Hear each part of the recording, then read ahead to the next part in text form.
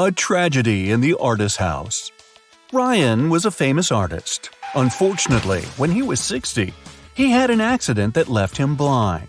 The man hired 3 people to help him: Jason, the driver, Laura, the housekeeper, and Timothy. He looked after the garden. One afternoon, Timothy went to talk to Ryan and found the artist on the floor. Someone had attacked him. The police arrived to investigate. Jason told him he and Ryan had had a great time in the morning playing computer games. Then he left to pick up Ryan's daughter from the airport. Laura said she'd spent all day in the kitchen cooking dinner. And Timothy said that before finding Ryan, he had been at the market choosing new fruit trees for the garden. Who is behind the attack?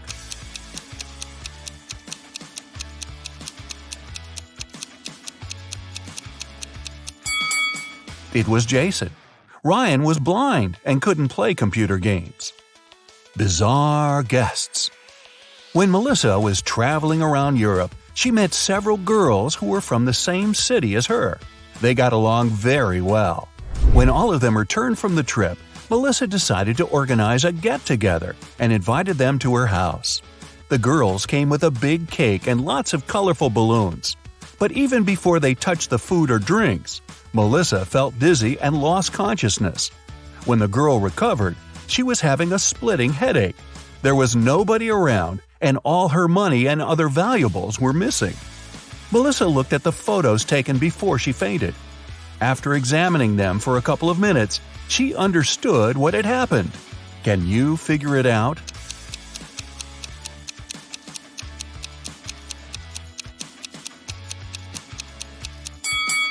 There was sleeping gas in the balloons.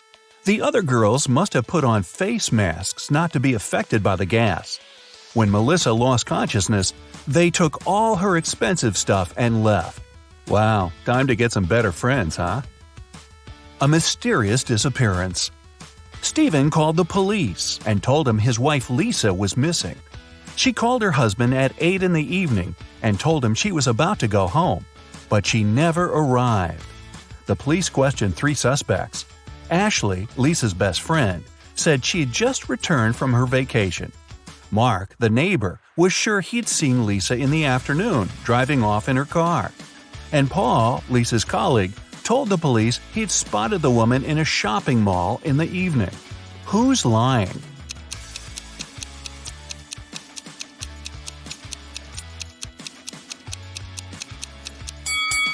Paul knows something about Lisa's whereabouts. The woman wasn't in the shopping mall that night. She was at a movie theater. A call to the police. Amanda was going through a deserted park when someone hit her on the head. When she recovered, her bag, along with her phone, money, and documents, were gone. There were no people around but for one elderly lady. Amanda rushed toward her, explained the situation, and asked to call the police. The lady told her not to worry and started to press 911 on her phone. After talking for a minute, she said, "They're going to be here in no time."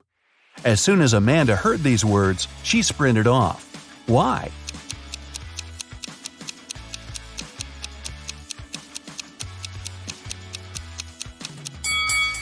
Amanda saw the lady's phone didn't have any signal.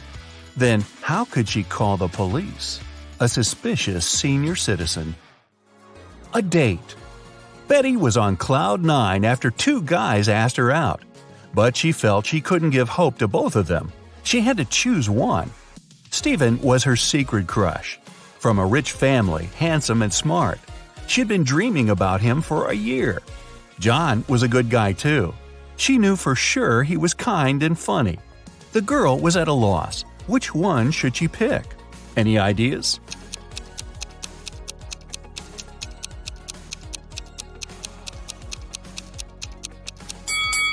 Betty should go for John. Stephen isn't serious about her. He has a lipstick mark on his neck, left there by Stanley. So yeah, better choose John. A bizarre code. Brian's friends invited him to spend the summer vacation in Europe with them. Unfortunately, the guy had serious study problems. To punish him, his dad took his passport away and locked it in a safe. The only way for Brian to get his documents and have some fun was to crack the code. Yeah, we still don't want to crack the books, huh? When he sneaked into his dad's study, he saw a piece of paper stuck to the safe. There were 3 drawings on it: a rose, a rainbow, a calico cat, and a banana. Brian thought for a while and then pressed 4 numbers. The code was correct and the safe opened. Which numbers were they?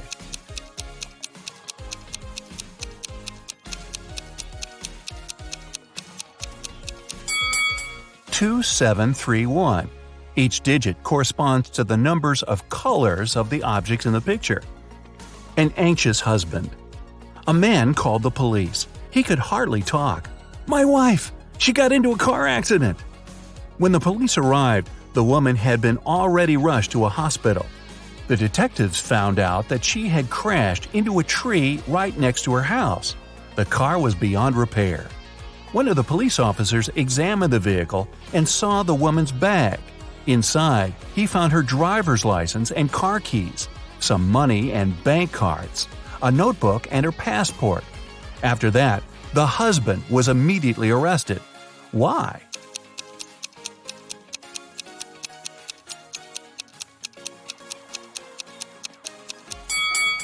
How could the woman's car key be in her bag if she was driving? That's a good question. Find the thief. Detective Lawrence was walking along the street when he heard someone screaming. He rushed over there and saw a teenager crying. What happened? "I was talking to my friend when someone grabbed my phone and pushed me to the ground. When I came to my senses, there was no one around, but I saw that cafe's door closing."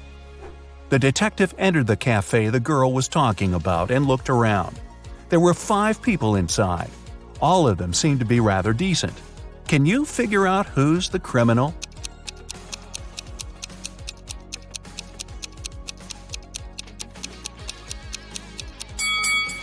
It's the man near the coffee machine. His drink is still steaming. It means he just bought it. A crime in the neighborhood. One day, Mr. Martin called the police. His car was stolen right from the street outside his house. The detective questioned 3 suspects. Eric, a teenager who lived next door, said he had been at school and had seen nothing suspicious. Amy, a young artist renting a house across the street, had been too engrossed in her work to pay attention to her surroundings. But Mr. Brandon, an elderly man whose house was next to Amy's, accused Eric of taking the car. Mr. Brandon was having his breakfast when he saw the teenager get into the vehicle and drive off. Strangely, after his words, the police officers arrested the elderly man. Why?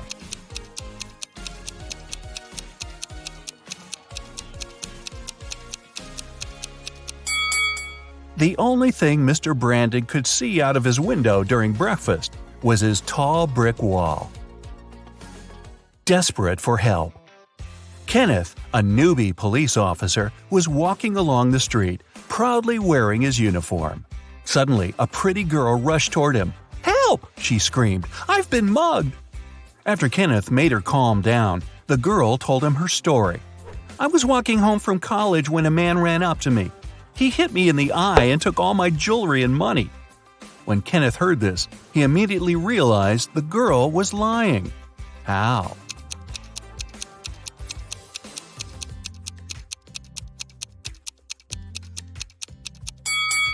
The girl was wearing glasses. If the criminal had hit her in the eye, her glasses would have been shattered. A runaway wife. Sharon's husband was a wealthy businessman. He never had time for his wife. One day, the young woman had enough. She took some money and ran away. She knew it wouldn't be difficult for her husband to find her. That's why she tried to be as discreet as possible. The next hotel where she checked in was good, but nothing special.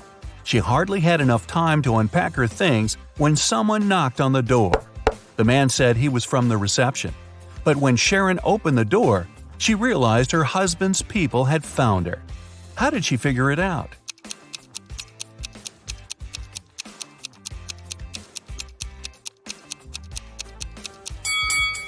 The man's uniform was different from the one the hotel receptionists were wearing. A missing collection. Mr. Bernard had an unusual hobby. He collected rare watches. One day, he came home and discovered his collection was gone. He called the police. They decided to start by questioning the man's neighbors. George said he had a busy day – meetings, video conferences, emails. Anna told police she had been feeling unwell since the very morning.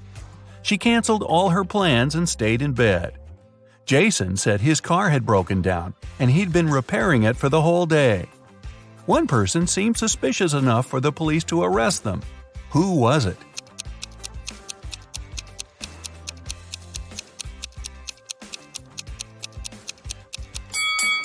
Anna was lying. Look at her, all dressed up, wearing accessories and makeup. She doesn't look like a person who has spent all day in bed. A blatant lie. A famous pop singer, Anthony Black, was attacked after his concert. He was taken to a hospital. The police questioned several of his fans. Linda was crying. "I took Anthony's autograph and couldn't wait to boast to my friends about it." Lisa said, "I asked Mr. Black to sign his photo. After I got it, I went to buy a coffee." Jason added, "Anthony was super nice and friendly. I didn't notice anything strange." The police immediately arrested the fan who seemed suspicious. Who was it?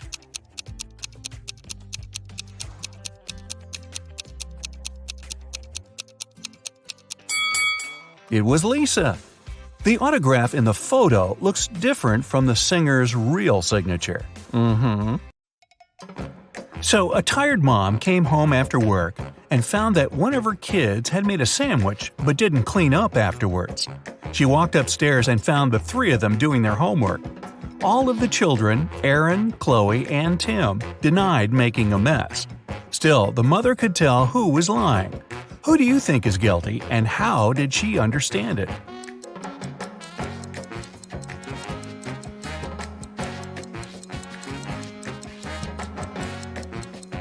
Since there's butter on the right side of the knife, the person who made the sandwich is left-handed.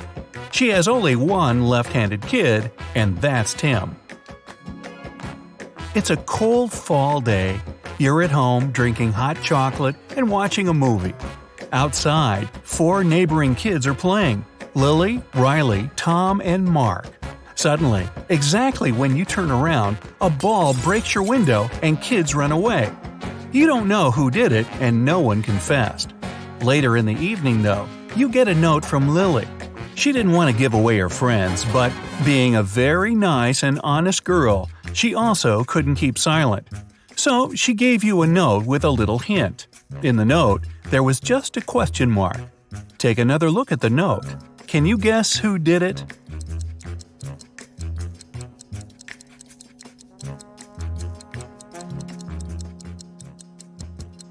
The question mark is saying it all. Question mark. So Mark must be the one who threw the ball. A king couldn't decide which of his sons he should name his heir. He called his sons and proposed an unusual tournament. The horses would decide. There would be a horse race, and whose horse came last would be named king. When the race started, of course, no one moved. They were standing like this for 3 nights and 3 days, until the race was postponed. The sons were thinking a lot how to solve this problem. The next day, all 3 of them jumped on their horses' backs and raced as fast as they could. But the king never changed the rules. Why did they do that, and what was the solution?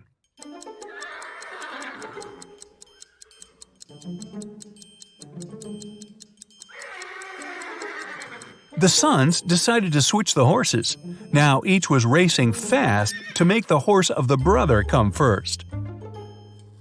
Right in broad daylight, you find yourself trapped in the dungeon of the world's most famous villains, and you should leave ASAP. Behind the first door, there's Joker waiting for you. The second door will take you straight to Freddy from Five Nights at Freddy's. Behind the third door, there's a Demogorgon from Stranger Things. The choice is yours.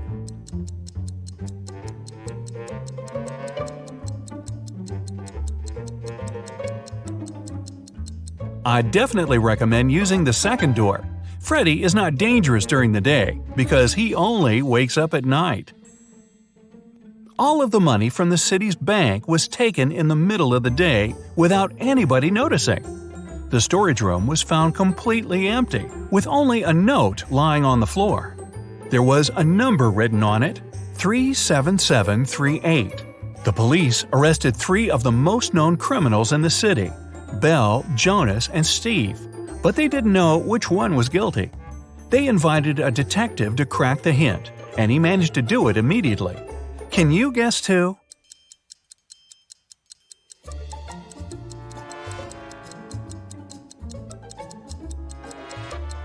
If you turn the paper around, the numbers will turn into a name, Belle. Hannah went on a business trip to a nearby city and stayed at a hotel. She was relaxing, reading a book after a long day, when she heard a knock on the door. She opened, asking what happened.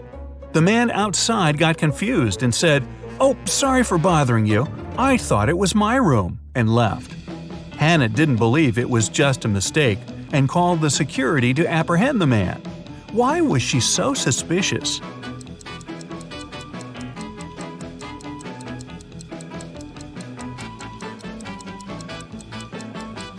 The problem was that the guy had knocked. If he really thought it was his room, he'd try to open it with his keys. A peasant boy was caught in the king's palace. The king was very mad and didn't want to let him go just like that. He loved all kinds of riddles, so he gave the boy a chance to escape. He said the boy could walk out of any of the 3 doors, and if he stayed safe, he was free. Behind the first door, there were lions that hadn't eaten in 3 years. Behind the second door, there were 3 trained assassins. Behind the third door, there was poisonous gas. The boy made his choice and managed to leave. Which door did he walk out of?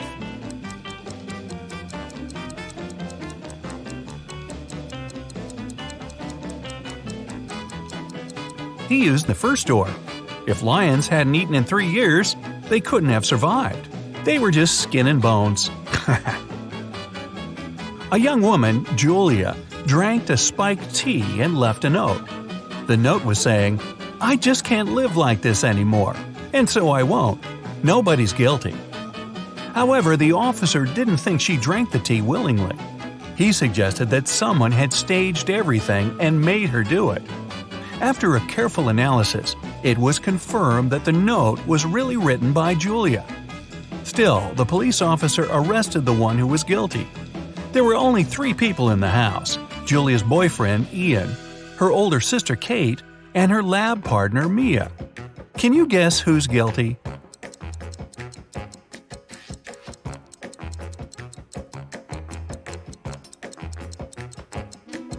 The first letters of each sentence come together as Ian, her boyfriend's name.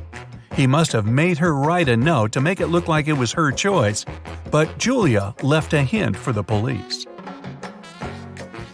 A man fell off the 3rd floor of the building. He was fine, but he lost his memory and couldn't tell what happened. Someone had seen him a while ago washing the windows, and everybody agreed it must have been an accident. However, a detective decided to check if it was true. He walked up to the 3rd floor, opened the window, and threw down a coin. When he returned, he stated that the man didn't fall himself, but somebody pushed him out. How did the detective know?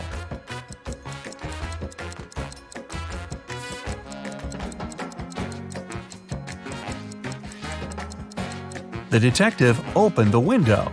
It means it had been closed before. If the man had fallen by accident, the window would have remained open. You're locked in a dungeon. There are 3 ways out, but none of them seem safe. Behind the first door, there's a huge and strong guard. Behind the second, there's 3 big and hungry dogs. Behind the third door, there's 2 sharp spinning cogwheels. Which way should you follow to get out and stay safe?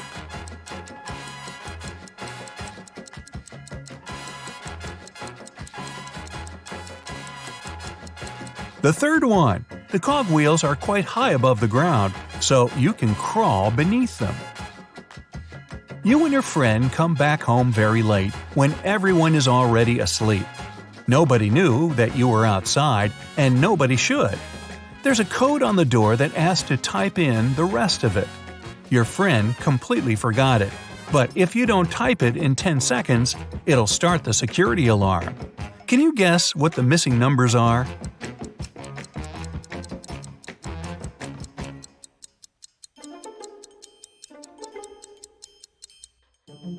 The combination is just a set of two-digit numbers: 10, 11, 12, 13, 14, and 15.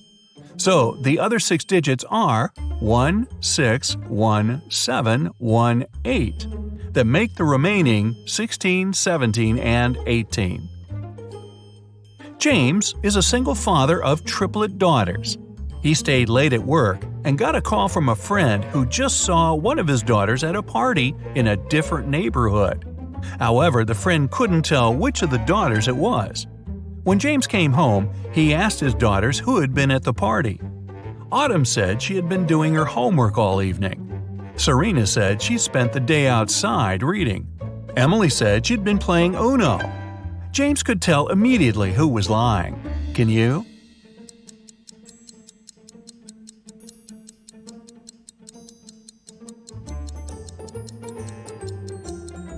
Emily.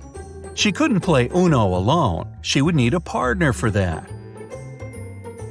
You're lost in a deep forest. It's getting dark, and you have to get out immediately, unless you want to spend the night in the woods. Luckily, you come across a little shack where a witch lives.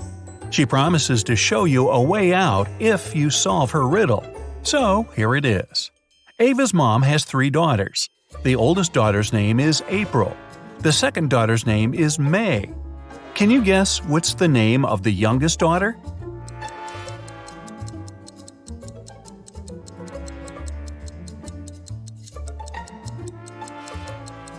It's Ava's mom, so the last daughter's name is Ava.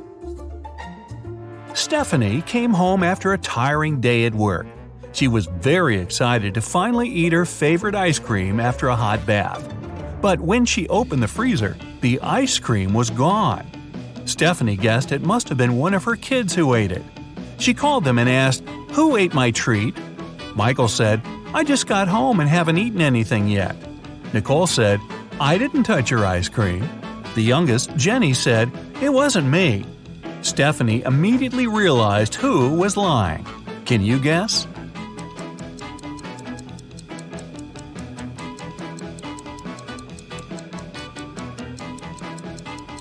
It was Nicole.